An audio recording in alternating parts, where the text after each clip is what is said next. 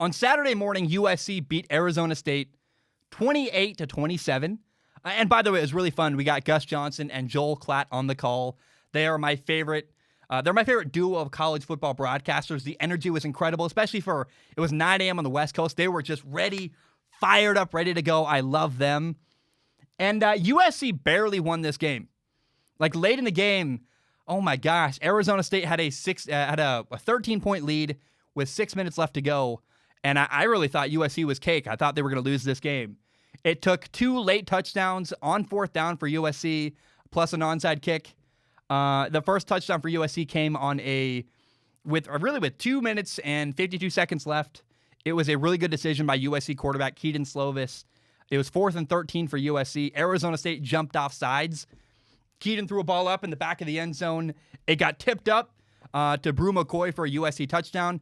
Bam! It was, I believe, 21-27. And then USC got the onside kick, and I went, oh my gosh, this could happen. And the drive goes on for USC, and it's going, and then USC finds himself in a 4th and 9. And on a 4th and 9, Kedan Slovis throws a dime over the middle into a really tight window to Drake London. USC win the game. They won the game 28-27 after that touchdown. And it was fun. It was interesting. It was exciting. But my biggest takeaway from this game is that both USC and Arizona State have, I think, significant problems on offense. A lot of, things like dropped passes and protection issues and some schematic challenges based on how their offense is designed. And so for both Jayden Daniels and Kedan Slovis, Jayden Daniels at Arizona State and Kedan Slovis at USC, the struggles they're going to have in college, in my opinion, are going to be really, really good preparation for the NFL. Where in the NFL, you almost never have a clean pocket. And you deal with receivers dropping passes. You deal with throwing the ball in really tight windows. You have to be able to handle in-game adversity when your rookie receiver's not playing very well. Or, man, like your coach is frustrating you, this or that. There's all kinds of stuff that goes on during an NFL game. And these two young quarterbacks are going through things and learning lessons that will be incredibly valuable as they take the next step eventually someday to the NFL. But I want to dive in and specifically talk about the USC quarterback, Kedan Slovis. By the way, I love this guy.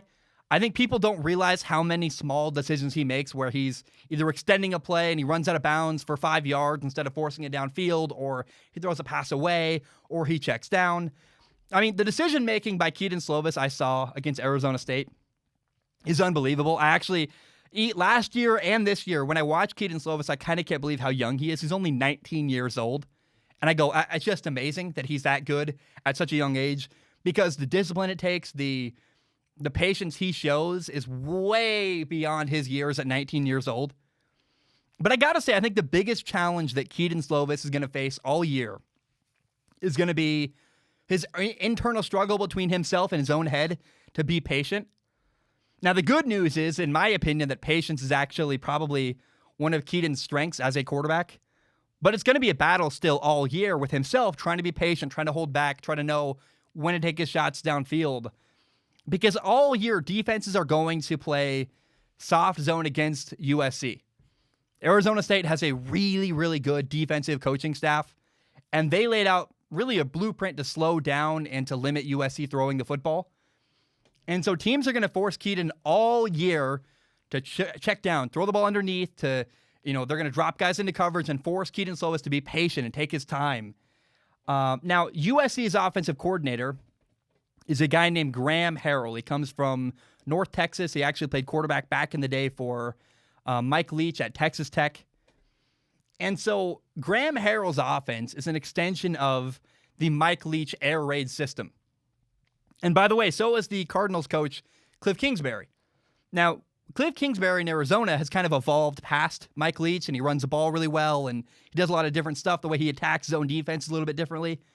And I'm really, really curious whether or not Graham Harrell can do what Cliff Kingsbury has already done and evolve past Mike Leach. Because what I really want to see from USC is I want to see them find a better way to attack zone coverage. Because all year, again, Arizona State laid out the blueprint. They're going to see zone coverage all year long. And so USC's got to find a way to put defenders in conflict to really stretch the zone rules and make defenders wrong. If there's a guy dropping in a zone, have people that, I don't know how to put this in the right way other than to say that you got to have people that really, really mess with the rules of their defense and put defenders in conflict with levels and with stop routes and with all kinds of systems that can really challenge a zone defense.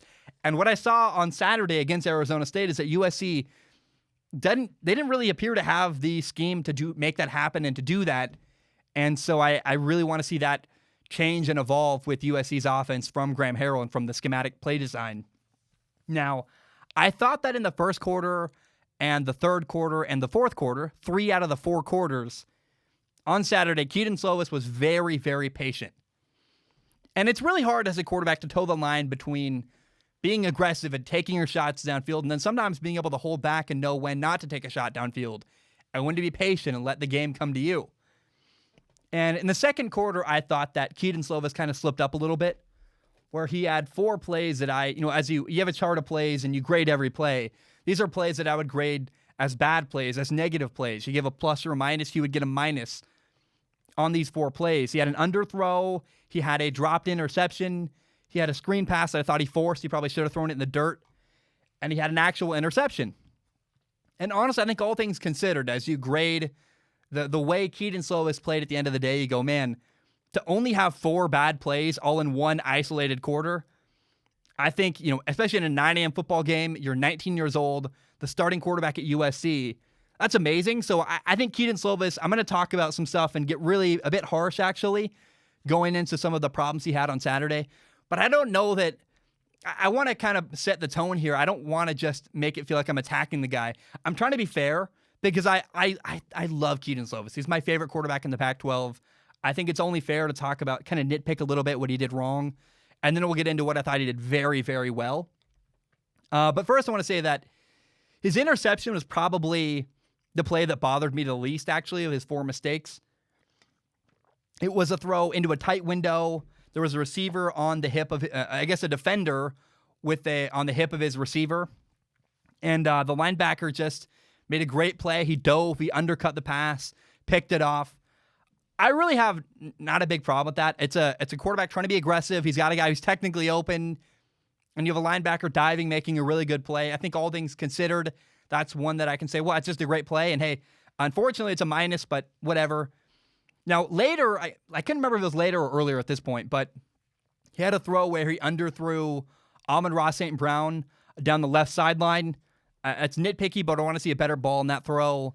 He had a screen pass that was muddy and not really open. That's a play where you just, hey, throw it in the dirt. It's not there. Be patient. But again, later in the game, he had another very similar screen pass that wasn't open. He did throw it in the dirt, so there's no habit there.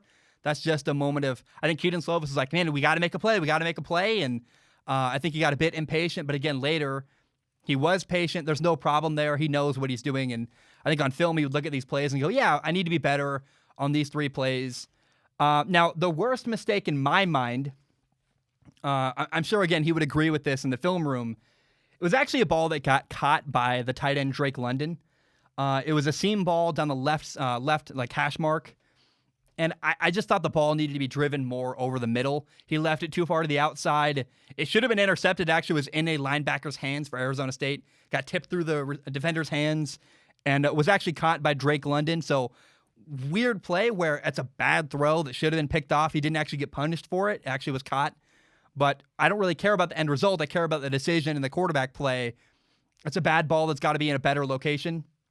And so, again, I'm intentionally nitpicking Kedan Slovis here. I love the guy. And I think it's important to acknowledge that he's not perfect because I'm going to make it sound like he is perfect, actually. I think he's the best quarterback in the Pac-12. He's phenomenal. He's a brilliant young man who does a lot of stuff very, very well. And I think fans have no idea just how disciplined Kedan Slovis is. It's kind of crazy. The offense around him made so many mistakes. They had 3 fumbles from different people that were not named Kedan Slovis. USC got stopped on 4th and 1, not once, but twice.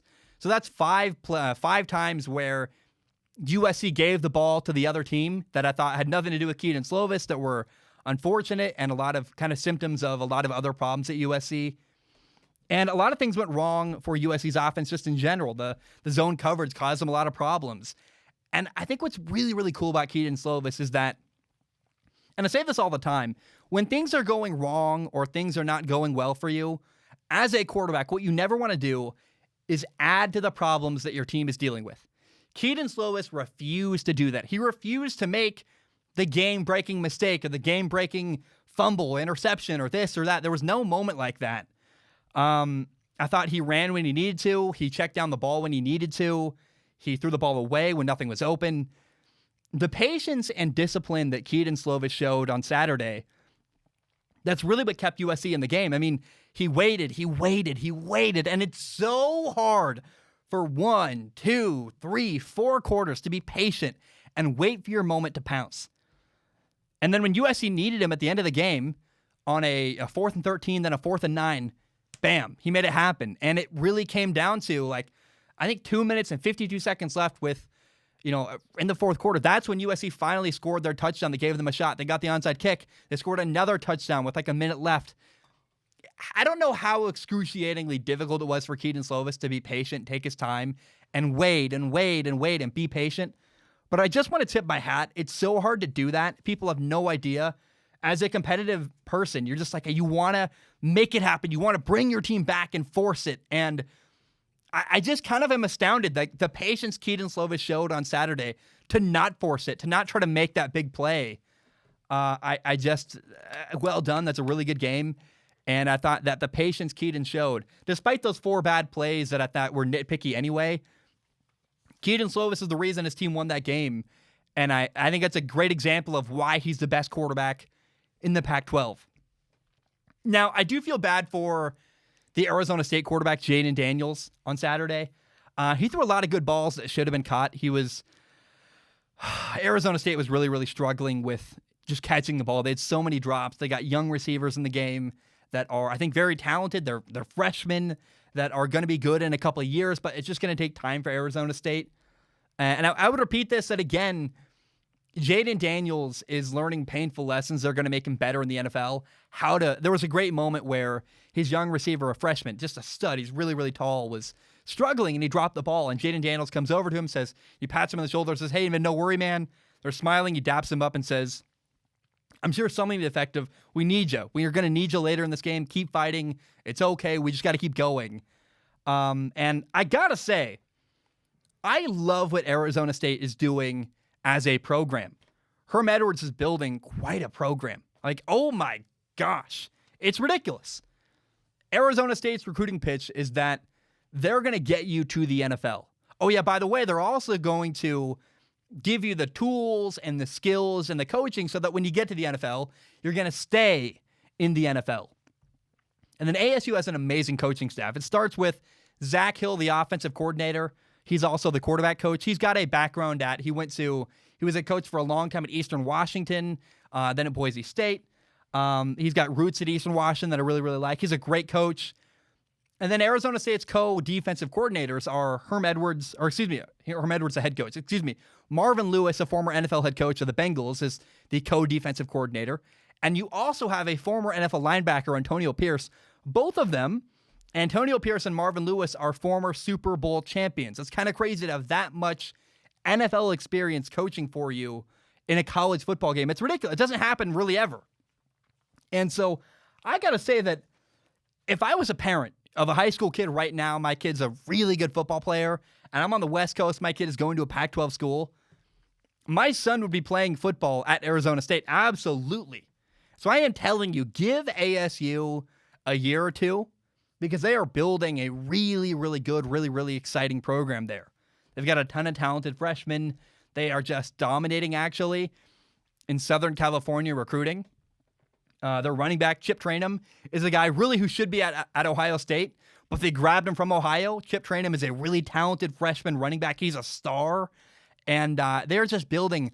They got a lot of really, really good talent at Arizona State, and they're building a very, very exciting program. Now, ASU's defense is very well coached. They are disciplined. Again, I can't say enough how much they're building this really cool program down there in Arizona. And pretty much nobody coaching at ASU needs to be there either. It's crazy. The cherry on top, I guess, when you look around and you realize, like, oh, we have Herm Edwards, who was a coach in the NFL for a long time, then worked in television, made a lot of money. We have Herm Edwards, who was a longtime coach of the Cincinnati Bengals. We have Antonio Pierce, a Super Bowl champion who played for the Giants. He's made his money. Nobody there is there for the money. Nobody's there for any other reason than, hey, the guy is coaching at Arizona State. Love football. And I can't think of a better reason to want to be around a game and around a program than you're just there for the love of the game. And those are the kind of guys I'd want to be around if I was a high school kid looking at a college program. And so shout out to Arizona State. I can't say enough good things about their program, what they're building there. It's really, really cool. It's very, very exciting for me as a guy who I am just passionate and I love football tremendously. Now, I got to say this about USC, actually. Arizona State had the ball with a 13-point lead and the ball with 6 minutes left in the game. And the fact that USC won this game is kind of a miracle. I give all the credit, actually, to their quarterback, Kedan Slovis, and the onside kick. And it's just kind of amazing. USC did not deserve to win this game. I guess maybe a better way to put it, because I think they did in the end make enough plays to win. USC got lucky. They were lucky to win this game. And long term, the USC football program's in trouble. I just don't feel very good about what they're doing. They're getting their butt kicked in recruiting by Arizona State in their own home area, Southern California. ASU in Arizona is kicking their butt in recruiting.